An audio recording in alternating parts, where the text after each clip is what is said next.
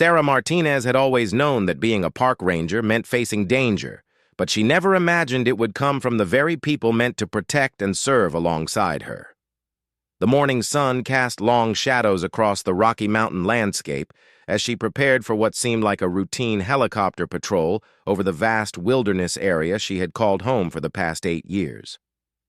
At 32, Sarah was one of the most experienced rangers in the Colorado district.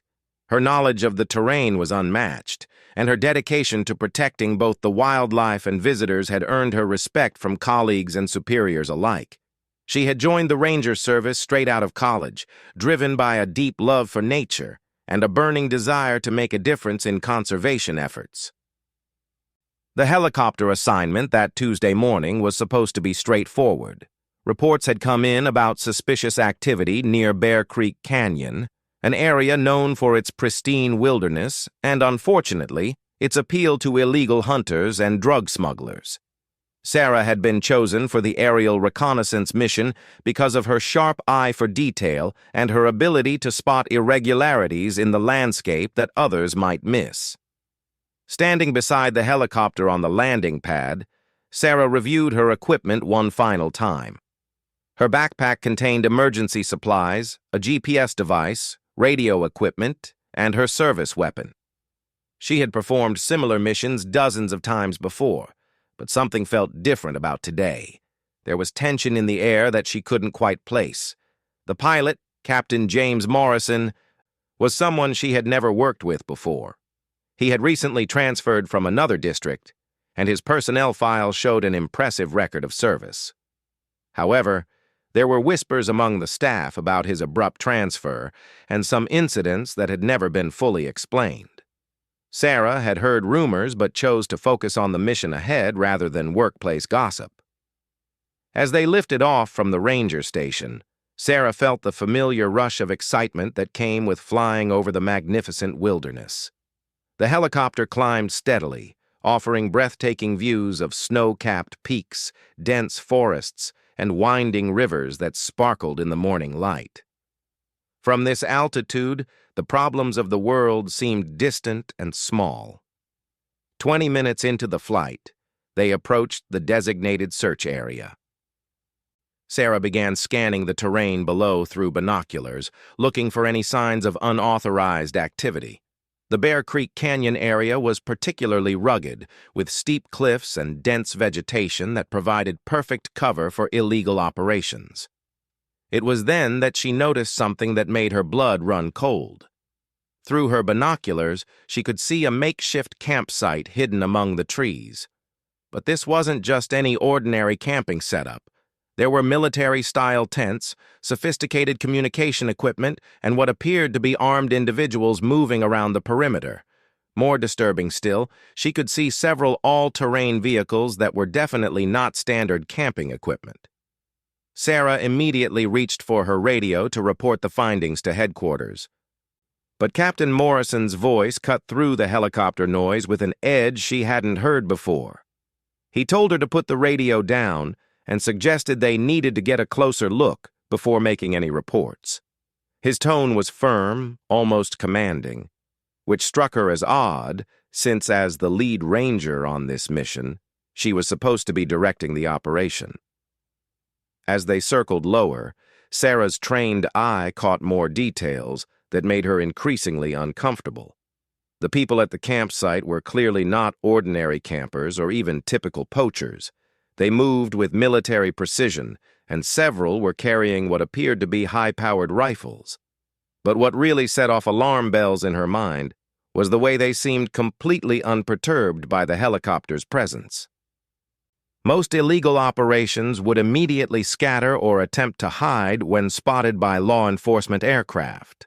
Instead, these individuals simply looked up at the helicopter and continued with their activities as if they had nothing to fear from park rangers. One man even appeared to be speaking into a radio device while maintaining direct eye contact with the aircraft. Sarah realized with growing horror that this was no ordinary illegal operation. These people were expecting them. She turned to Captain Morrison to insist they immediately return to base and report what they had found. but the expression on his face stopped her cold. Gone was any pretense of the professional pilot she thought she was working with.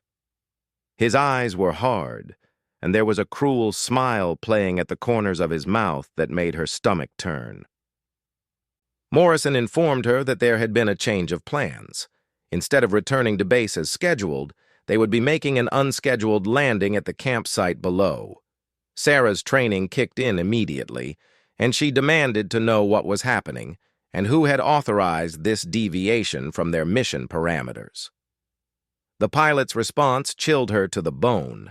He told her that some very important people wanted to have a conversation with her about what she might have seen during her various patrols over the past few months. Sarah's mind raced as she tried to understand what he meant, but pieces of a puzzle she hadn't even known existed began falling into place. Over the past several weeks, she had indeed noticed increased activity in remote areas of the park. There had been unusual helicopter flights that weren't on the official schedule, mysterious tire tracks in areas where vehicles shouldn't have been able to access, and reports from hikers about hearing strange sounds at night. She had filed reports about these observations, but they had always seemed to disappear into bureaucratic limbo. Now she understood that her keen observational skills and dedication to her job had made her a liability to someone running an operation that definitely wasn't sanctioned by the Park Service. As the helicopter began its descent toward the clearing, Sarah made a decision that would change her life forever. She was not going to cooperate with whatever this was, regardless of the consequences. The helicopter touched down in a cloud of dust and debris. Sarah could see armed men approaching from multiple directions, their weapons clearly visible and ready for use. Captain Morrison shut down the engines and turned to face her with that same cold smile. He explained that she was going to get out of the helicopter and have a nice civilized conversation with his associates about her future cooperation with their operation. The alternative, he made clear, would be far less pleasant for everyone involved. Sarah looked around at the rugged terrain surrounding them and calculated her options. She was outnumbered, outgunned, and miles from any help. The nearest ranger station was over 40 miles away, and even if she could somehow signal for help, backup would take hours to arrive. But Sarah Martinez hadn't become one of the most respected rangers in Colorado by backing down from dangerous situations. As the armed men closed in on the helicopter, Sarah made her choice. She would not be a willing participant in whatever corrupt operation these people were running in her park. If they wanted her cooperation, they would have to take it by force, and she would make sure that came at a cost they weren't expecting. The confrontation that followed would test every skill she had learned during her years as a ranger and reveal reserves of strength and determination she didn't even know she possessed. But more importantly, it would set in motion a series of events that would ultimately expose a conspiracy that reached far beyond a simple illegal operation in the wilderness. What Sarah didn't know as she prepared to face her captors was that her refusal to cooperate would trigger a manhunt unlike anything the Colorado wilderness had ever seen. The people who had orchestrated her kidnapping had severely underestimated what a park ranger was capable of when fighting for survival in terrain she knew better than anyone alive. The next few hours would prove that while they might have forced her from the helicopter, they had made a critical error in judgment. Rangers don't just protect the wilderness. When pushed to their limits, they become part of it. And in Sarah's case, that would make her more dangerous than any of them could possibly imagine. The moment Sarah's boots hit the ground, she was surrounded by 6 armed men dressed in military fatigues. Their leader, a tall man with graying hair and cold blue eyes, stepped forward and introduced himself as Colonel Stevens. He spoke with the authority of someone accustomed to being obeyed without question, but Sarah noticed something else in his demeanor, a nervousness that suggested this operation wasn't going as smoothly as planned. Stevens explained that Sarah had unfortunately stumbled upon a classified government operation that had been running in the area for several months. He claimed it was a joint task force investigating drug smuggling routes from Mexico, and that her regular patrol reports had been flagging legitimate law enforcement activities as suspicious incidents. Sarah wasn't buying any of it. Her years of experience dealing with federal agencies during joint operations had taught her how legitimate law enforcement cooperated with park services. This wasn't it.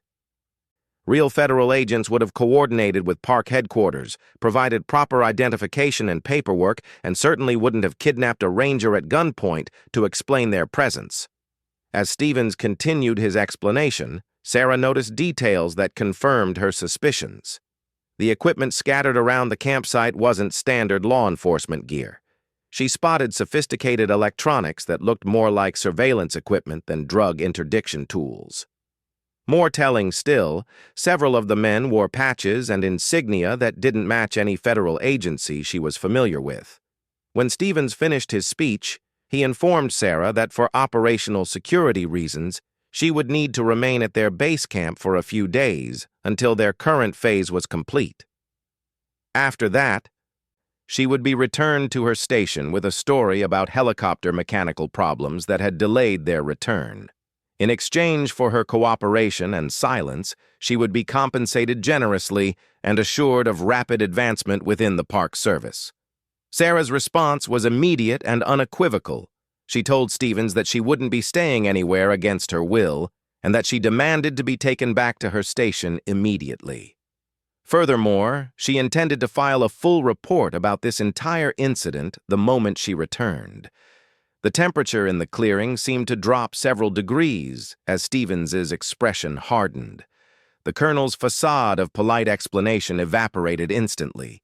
He informed Sarah that she had misunderstood the situation entirely. This wasn't a request for cooperation. It was a notification of how things were going to proceed. She would remain at the camp, and she would keep quiet about everything she had seen, because the alternative was that she might have a very unfortunate accident in the wilderness. That threat was the last mistake Stevens made. Sarah had spent 8 years dealing with dangerous wildlife, violent weather, and life-threatening emergencies in some of the most challenging terrain in North America. She had rescued lost hikers from blizzards, faced down aggressive bears, and rappelled down cliff faces to reach injured climbers. The idea that she would be intimidated by threats from corrupt officials was laughable. What Stevens and his men didn't realize was that while they had numbers and weapons, Sarah had something far more valuable: intimate knowledge of terrain that could kill an experienced outdoorsman in a dozen different ways. She began calculating distances, escape routes, and the various natural hazards that surrounded the clearing. The confrontation escalated when one of Stevens' men grabbed Sarah's arm to escort her to a tent that would serve as her temporary prison. That was when years of self-defense training and wilderness survival instincts kicked in simultaneously. Sarah's elbow connected with the man's solar plexus, dropping him instantly, while she simultaneously grabbed his sidearm and rolled behind the nearest cover. What followed was 30 seconds of chaos that none of the armed men were prepared for. Sarah didn't attempt to engage in a gunfight she couldn't win. Instead, she used their momentary shock to implement an escape plan she had been formulating since the helicopter landed. She fired 2 shots in the air to scatter the men seeking cover, then sprinted toward the tree line at the edge of the clearing. Her years of running mountain trails paid off as she reached the forest, before any of Stevens's men could organize an effective pursuit. But Sarah knew that reaching the trees was only the beginning of her real challenge. She was 40 miles from the nearest help, with no supplies except what she carried in her ranger kit, and she was being hunted by armed men who would certainly kill her if they caught her. As she heard shouts and the sound of vehicles starting behind her, Sarah began implementing survival strategies she had learned through years of wilderness training. She immediately changed direction twice to confuse anyone trying to track her footprints, then began making her way toward Bear Creek itself. If she could reach the water, it would help mask her trail and provide a navigation reference point. The terrain worked in her favor. The forest was dense with undergrowth that would slow down any pursuit, and the rocky ground would make tracking difficult for anyone not trained in wilderness skills. Sarah moved quickly but carefully, avoiding broken branches or disturbed vegetation that might reveal her passage. Behind her, she could hear Stevens coordinating his men via radio. They were spreading out in a search pattern, but it was clear they were more accustomed to urban operations than wilderness pursuits. Their heavy footsteps and loud communication were broadcasting their positions to anyone with experience reading forest sounds. After an hour of careful movement, Sarah reached Bear Creek and followed it upstream toward higher ground. The sound of running water would help mask any noise she made, and the rocky creek bed would leave minimal tracks. More importantly, she was heading toward an area of the park she knew better than perhaps anyone alive. 3 miles upstream was a series of caves and cliff formations that Sarah had explored extensively during her years as a ranger. If she could reach them, she would have defensible positions and multiple escape routes. But more critically, there was an emergency radio cache hidden in one of the caves that could allow her to call for backup. As she climbed steadily upward alongside the creek, Sarah's mind was already working on the larger problem.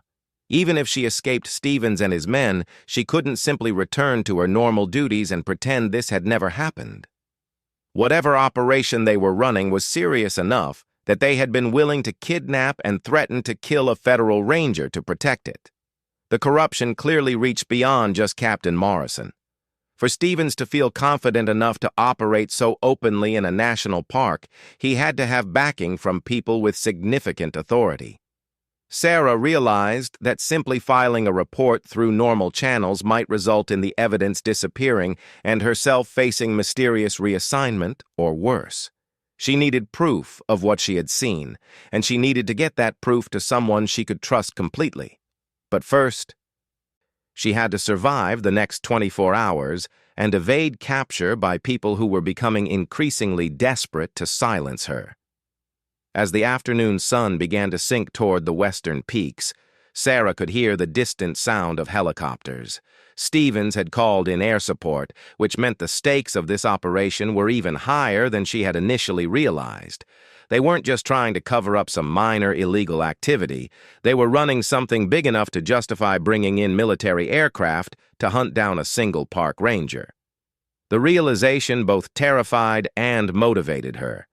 If they were willing to go this far to silence her, then what she had stumbled onto was significant enough to be worth exposing, regardless of the personal cost. Sarah Martinez had always believed that protecting the wilderness and the people who visited it was worth any sacrifice. Now she was about to discover exactly how much sacrifice that calling would demand. The sun was setting, the temperature was dropping, and somewhere behind her, armed men with night vision equipment were hunting her through terrain that could kill the unprepared in countless ways. But as darkness fell over the Colorado Rockies, Sarah began to smile for the first time since stepping out of that helicopter. Night in the wilderness wasn't her enemy. It was her ally. And she was about to teach Stevens and his men exactly why park rangers were far more dangerous than they appeared, especially when they were fighting for their lives on their home ground. As darkness enveloped the Rocky Mountain wilderness, Sarah Martinez transformed from hunted prey into something far more dangerous. A park ranger fighting for survival on terrain she knew better than her own backyard. The temperature had dropped to near freezing, and she could hear her pursuers struggling through the underbrush below, their flashlights giving away their positions like beacons. Sarah had reached the cave system she remembered from previous explorations. These weren't tourist caves, but technical formations that required climbing skills and local knowledge to navigate safely. She knew Stevens's men would have difficulty following her here, especially in darkness. More importantly, she remembered the emergency radio cache that had been placed in the largest cave 3 years earlier during a search and rescue operation. Working by touch alone to avoid using any light that might reveal her position, Sarah located the waterproof container hidden behind a rock formation deep in the cave. Inside was exactly what she needed: a satellite radio, emergency supplies, and detailed topographical maps of the entire region. For the first time since being forced from the helicopter, she felt like she had a fighting chance. The satellite radio crackled to life, and Sarah carefully tuned it to the emergency frequency used by the Park Service headquarters. She had to be extremely careful with her communication. If Stevens had connections within the Park Service, a general distress call might end up bringing more enemies instead of help. Instead, she contacted her mentor and former supervisor, District Chief Robert Hawkins, who had trained her when she first joined the Ranger Service. Hawkins was old-school Park Service, completely incorruptible, and someone she trusted with her life. When he answered her call, the relief in his voice was immediately apparent. Sarah quickly explained her situation, describing Stevens, the armed men, Captain Morrison's betrayal, and the sophisticated equipment she had observed at the illegal campsite. Hawkins listened without interruption, and when she finished, his response confirmed her worst fears. Several rangers in other districts had recently reported similar observations of unauthorized activities, and 2 had subsequently been transferred or reassigned under suspicious circumstances. What Sarah had stumbled onto wasn't an isolated operation, but part of a larger conspiracy that had been systematically compromising Park Service operations across multiple states. Hawkins informed her that he had been quietly investigating these incidents for weeks, working with federal agents from outside agencies who could be trusted. The emergency radio conversation lasted only 5 minutes, but it changed everything. Hawkins confirmed that he would immediately contact FBI agents who were already investigating corruption in federal land management. More critically, he was dispatching a specialized search and rescue team that included rangers with military backgrounds who could handle the armed pursuit Sarah was facing. But help was still hours away, and Sarah could hear Stevens' men getting closer to the cave system. Their search pattern suggested they had brought in someone with actual tracking skills, possibly military personnel with wilderness training. She needed to buy time and, if possible, gather more evidence about the operation she had discovered. Sarah made a decision that her training told her was extremely risky, but that her instincts said was necessary. Instead of remaining hidden in the caves until help arrived, she would go back on the offensive. She knew this terrain better than anyone pursuing her, and she had advantages they couldn't counter. Knowledge of every trail, every cliff, every dangerous passage that could trap the unwary. Using the topographical maps from the emergency cache, Sarah planned a route that would take her back toward the original campsite while avoiding the search teams. Her goal was ambitious and dangerous. She wanted to document the illegal operation with her camera and potentially sabotage their equipment to prevent them from simply disappearing before authorities arrived. The descent from the caves required technical climbing skills in complete darkness. Sarah moved by feel and memory, using techniques she had learned during her mountain rescue training. Every handhold and footstep had to be perfect, because a fall would mean injury or death, ending any chance of exposing the conspiracy she had uncovered. It took her 2 hours to work her way back to within observation distance of Stevens's campsite. What she found there exceeded even her worst expectations. The sophisticated equipment she had glimpsed earlier was actually a mobile command center with satellite communications, computer systems, and what appeared to be surveillance gear capable of monitoring all official Park Service communications in the region. Through her camera's telephoto lens, Sarah documented everything: the equipment, license plates on vehicles, faces of personnel, and most damning of all, a conversation between Stevens and someone on a satellite phone where he discussed eliminating the Ranger problem permanently and coordinating with assets inside the federal system. But as she photographed the evidence, Sarah realized she had walked into a trap. The campsite was too well lit, too exposed, too easy to observe. Stevens wasn't just searching for her. He was using the base camp as bait to draw her in. She had fallen for it completely. The attack came from 3 directions simultaneously. Stevens had positioned snipers in the surrounding rocks, and they opened fire the moment Sarah's camera flash accidentally triggered while she was photographing documents. She dove for cover behind a fallen log as bullets splintered the bark around her. What followed was a running gun battle through terrain that became increasingly treacherous as Sarah led her pursuers higher into the mountains. She wasn't trying to fight them directly. She was leading them into an area where the wilderness itself would become her weapon. The trail she chose led to Devil's Backbone, a knife-edge ridge with 1,000-foot drops on both sides. In daylight, it was challenging for experienced climbers. In darkness, while being pursued by armed men, it was potentially fatal. But Sarah had traversed this ridge dozens of times during rescue operations, and she was counting on her pursuers' unfamiliarity with the terrain. Her strategy worked perfectly. The first of Stevens's men to attempt the ridge crossing lost his footing on loose rock and fell screaming into the darkness below.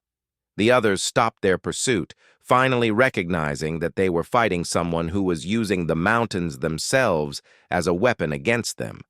But Sarah's victory was short-lived. As she reached the far side of the ridge, she could see helicopter searchlights approaching from multiple directions.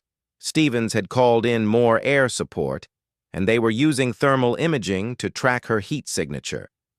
The wilderness that had protected her was about to become her prison.